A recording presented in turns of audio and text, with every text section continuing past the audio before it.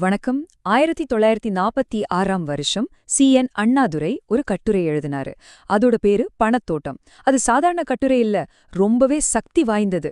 ஒரே ஒரு சிம்பிளான உருவகத்தை வச்சு ஒரு நாட்டோட பொருளாதார ஏற்றத்தாழ்வ அவர் எப்படி வெளிச்சம் போட்டு காட்டினாரு. வாங்க, அத பத்தி தான் இப்ப நாம பார்க்க போறோம். அண்ணாவோட கட்டுரை இப்படிதான் ஆரம்பிக்குது. எப்படிங்க 1,00,000 ரூபாய் ஒரே மாசத்துல 10 லட்சம் ஆகும்? கேக்குறதுக்கு ஏதோ மேஜிக் மாதிரி இருக்கல்ல. இதுதான் இந்த கட்டுரையில நம்மள முதல்ல யோசிக்க வைக்கிற விஷயம். சரி, ஒரு நிமிஷம் யோசிச்சு பாருங்க. பணத்தை ஒரு தோட்டத்துல செடி மாதிரி வளர்க்க முடிஞ்சா எப்படி இருக்கும்? இந்த ஒரு மர்மமான கேள்வியை வச்சுதான் அண்ணா அவரோட முழு வாதத்தையுமே கட்டமைக்கிறார். உண்மையிலே அப்படி ஒரு தோட்டம் இருக்கா? எங்க இருக்காது? இல்ல, இது நிஜமான தோட்டம் கிடையாது. இது ஒரு பவர்ஃபுல்லான உருவகம், ஒரு மெட்டாஃபர். அண்ணா பணத்தோட்டம்னு சொன்னது அப்போ இருந்த ஒரு பெரிய ஃபைனான்ஷியல் சிஸ்டம்த. அப்போ அந்த பணத்தோட்டம்னா என்ன? அது வேற ஒன்றும் இல்ல, பேங்கிங், இன்வெஸ்ட்மெண்ட், கேபிட்டல், இது எல்லாத்தையும் சேர்த்து நவீன நிதி அமைப்பு தான். அண்ணா என்ன சொல்றாருன்னா, இந்த தோட்டத்துல சரியான வழியில போனா பணத்தை நல்லாவே வளர்க்கலாம், செல்வத்தை பெருக்கலாம்னு பாக்குறாரு. ஆனா இங்கதான் ஒரு பெரிய ட்விஸ்ட். அந்த தோட்டத்துக்குள்ள எல்லாருக்கும் போறதுக்கு வழி இல்ல. அந்த வாய்ப்பு எல்லாருக்கும் சமமா கிடைக்கல. சரி, இப்போ அண்ணாவோட முக்கியமான வாதத்துக்கு வருவோம். அவர் என்ன சொன்னாரு தெரியுமா? இந்த பணத்தோட்டம் இருக்கே, அது இந்தியாவுல ஒரு பகுதியில இன்னொரு பகுதியோட வளத்தை உறிஞ்சிதான் செழிப்பா வளர்ந்துச்சுன்னு சொன்னாரு. இதுதான் அந்த கட்டுரையோட மைய கருத்து. அதாவது தென்னிந்திய மக்களோட சேமிப்பு, அவங்களோட பணம் எல்லாம் சிஸ்டமேட்டிக்கா வட இந்தியால தொழில் வளர்க்கறதுக்காக கொண்டு போகப்பட்டுச்சு. சிம்பிளா சொல்லணும்னா, தெற்கு ஒரு மூலப்பொருள் சப்ளையர் மாதிரியும் வடக்கு ஒரு பெரிய தொழிற்சாலை மாதிரியும் மாத்தப்பட்டுச்சு. இந்த சாட்ட பாருங்களே, ஷாக்கிங்கா இருக்குல்ல. அப்போதைய பாம்பே மாகாணத்துல வருஷத்துக்கு 330 கோடி யார்டு துணி உற்பத்தி ஆகுது. ஆனா அதே சமயம் நம்ம சென்னை மாகாணத்துல வெறும் 30 கோடி யார்டு தான். அடேங்கப்பா, 10 மடங்குக்கு மேல வித்தியாசம். இந்த ஒரு டேட்டாவே போதும் அந்த ஏற்றத்தாழ்வு எவ்ளோ பெருசுன்னு புரிஞ்சுக்க. அண்ணா இந்த ரெண்டு பகுதிகளுக்கும் இருந்த பொருளாதார உறவை இப்படிதான் பிரிச்சு காட்டுறாரு. தெற்குன்னா சேமிப்பு வர இடம், மூலதனம் வர இடம், அப்புறம் வடக்குல செஞ்ச பொருளை விக்கிற ஒரு மார்க்கெட், அவ்வளவுதான். ஆனா வடக்கு பேங்கிங், இன்சூரன்ஸ், இண்டஸ்ட்ரி எல்லாத்தோட ஹப் அதுதான். இது ஏதோ பேலன்ஸ் இல்லாத ஒரு ரிலேஷன்ஷிப் மட்டும் இல்ல, இது ஒரு சுரண்டல் அமைப்புன்னே அண்ணா சொல்றாரு. சரி, இந்த பணம்லாம் எப்படி தெற்கிலிருந்து வடக்குக்கு போச்சு? இதுக்கு பின்னாடி ஒரு சிஸ்டம் இருந்திருக்குமே, அந்த இன்ஜின் எப்படி வேலை செஞ்சதுன்னு அண்ணா விளக்குறாரு. வாங்க அதை பாப்போம். பாருங்க, இது ஒரு 4 ஸ்டெப் சைக்கிள். ஸ்டெப் 1, தெற்குல இருக்கிற மக்கள் கிட்ட இருந்து சேமிப்பெல்லாம் கலெக்ட் பண்ணப்படுது. ஸ்டெப் 2, அந்த பணம் பெரும்பாலும் வட இந்தியர்களுக்கு சொந்தமான பேங்குகள்ல டெபாசிட் ஆகுது. ஸ்டெப் 3, அந்த பேங்குகள் இந்த பணத்தை யாருக்கு லோனா கொடுக்கறாங்க? வட இந்திய தொழிலதிபர்களுக்கு. ஸ்டெப் 4, அந்த தொழில்ல வர லாபம் எங்க திரும்ப முதலீடு செய்யப்படுது?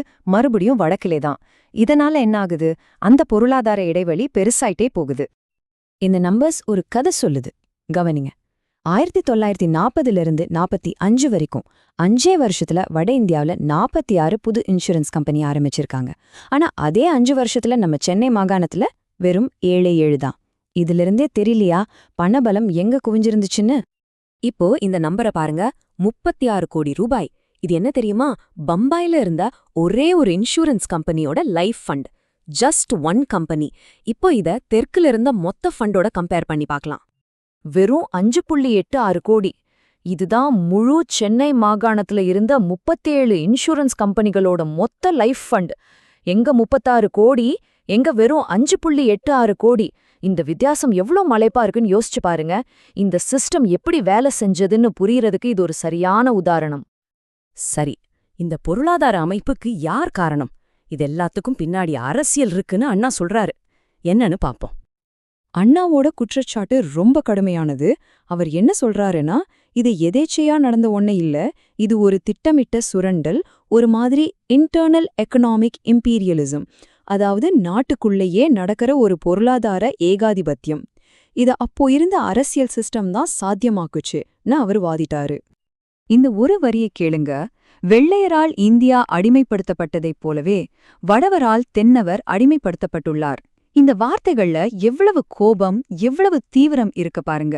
இந்த பொருளாதார ஏற்றத்தாழ்வ அவர் உள்நாட்டு அடிமைத்தனமாவே பார்த்திருக்காரு. அவர் இதுக்கு சில அரசியல் காரணங்களையும் லிஸ்ட் போடுறாரு.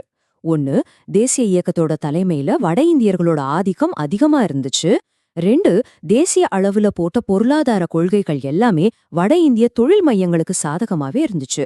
3 இங்கிருந்து பணம் வெளியே போகுதேன்னு தெற்கிலிருந்து எழுந்த கவலைகளையும் குரல்களையும் யாருமே கண்டுக்கல. சரி, இவ்ளோ பிரச்சனை இருக்கு, இதுக்கு என்னதான் தீர்வு? அண்ணா இதுக்கு ஒரு தீர்வையும் சொன்னாரு. அதுதான் இந்த மொத்த விவாதத்தோட கிளைமாக்ஸ். ஆமா, இந்த சுரண்டல் சக்கரத்தை உடைக்கணும்னா இதுக்கு ஒரே ஒரு வழிதான் இருக்குன்னு அண்ணா ஒரு முடிவுக்கு வராரு. அந்த வழி அரசியல் பிரிவினை. அந்த தீர்வுதான் திராவிட நாடு. திராவிட மக்களுக்காக ஒரு தனி சுதந்திரமான நாடு. அப்படி ஒரு நாடு அமைஞ்சா தெற்கு தன்னோட பொருளாதாரத்தை தானே பாத்துக்கலாம், இங்கிருந்து வெளியே போற செல்வத்தையும் நிறுத்தலான்னு அவர் நம்புனாரு. பொருளாதார சுதந்திரத்துக்கான ஒரு வழியா இத முன் வச்சாரு. இந்த ஒரு வரியில அவரோட கோரிக்கைய ரொம்ப தெளிவா சொல்றாரு. திராவிட நாடு தனி அரசாங்கம் பெற வேண்டும் என்று நாங்கள் வற்புறுத்துவதன் காரணம் இதுதான். ஆக ஒரு பொருளாதார பிரச்சனைக்கு அரசியல் தீர்வுதான் ஒரே வழின்னு அவர் ஆணித்தரமா நம்பினாரு. சுருக்கமா சொல்லணும்னா, அண்ணாவோட இந்த பணத்தோட்டங்கிற உருவகம் ரொம்ப சிக்கலான ஒரு பொருளாதார விஷயத்த எல்லாருக்கும் புரிய வைக்கிற ஒரு பவர்ஃபுல்லான கதையா இருந்துச்சு. அது மட்டும் இல்ல, ஒரு பிராந்திய சுயாட்சிக்கான கோரிக்கைய நியாயப்படுத்தவும் அது பயன்பட்டுச்சு. கடைசியா இந்த ஒரு கேள்வியோட இந்த பகுதியை முடிச்சுக்கலாம். கிட்டத்தட்ட 80 வருஷத்துக்கு முன்னாடி எழுதப்பட்ட ஒரு கட்டுரை இது. ஆனா அதுல கேட்ட கேள்விகள் இன்னிக்கும் நம்ம கிட்ட எதிரொலிக்குது இல்லையா? பொருளாதார சமநிலை, நேர்மை பத்தின இந்த மாதிரி வரலாற்று வாதங்கள் எல்லாம் இன்னைக்கு நம்ம பிராந்தியத்தோட அரசியலையும் அடையாளத்தையும் எப்படி தொடர்ந்து உருவாக்குது? இத பத்தி நீங்க என்ன நினைக்கிறீங்க? கொஞ்சம் யோசிச்சு பாருங்க.